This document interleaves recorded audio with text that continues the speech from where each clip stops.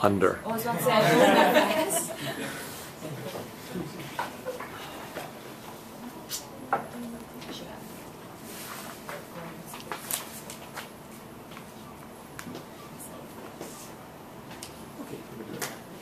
Hello, my name is Nicholas Wilson, and my informative speech topic today is about the growth in the financial sector and how it is destroying our economy.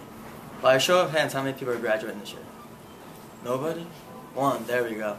There was a recent study showed that all college students graduating this year in America, 65% of them are going to the finance sector, which is absolutely crazy.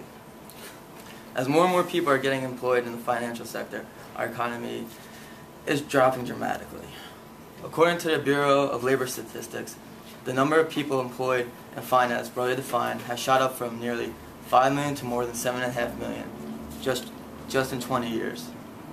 If you think of the financial profits as a whole, 10 years ago, the financial sector made up 1/7 of the pie.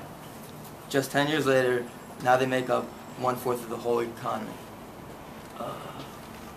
According to John Cassidy, an economist who writes for the New Yorker, from the end of the Second World War until the 1980s, people working in finance earned the same, on average, and taking into account their qualifications, people in other industries. By 2006, wages in the financial sector were 60% higher than other wages. Also, bonuses that shot up.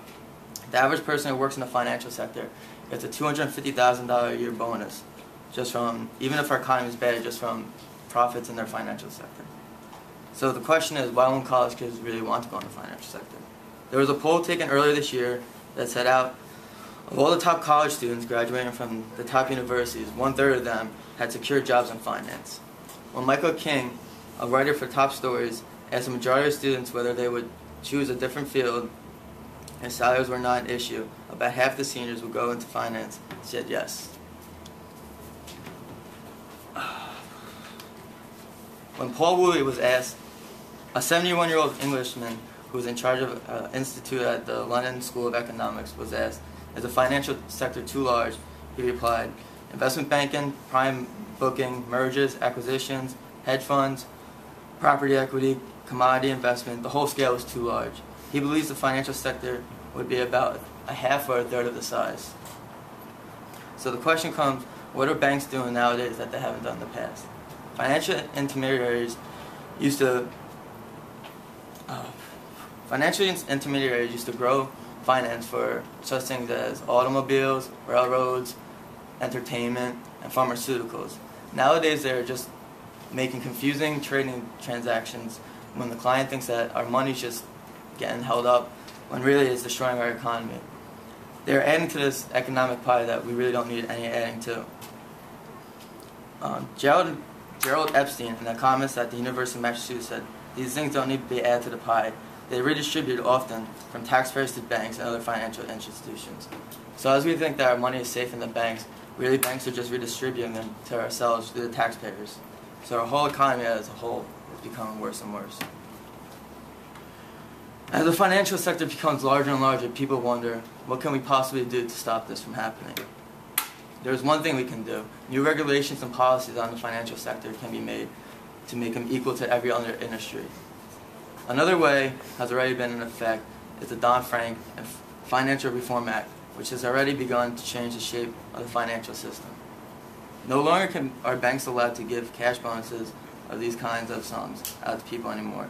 Now they are only allowed to give stock within the company, which they cannot cash for other years. With all major banks now unable to wager their own funds on their own bets, there's a growing sense that the money that was being made during the Bush boom won't be back.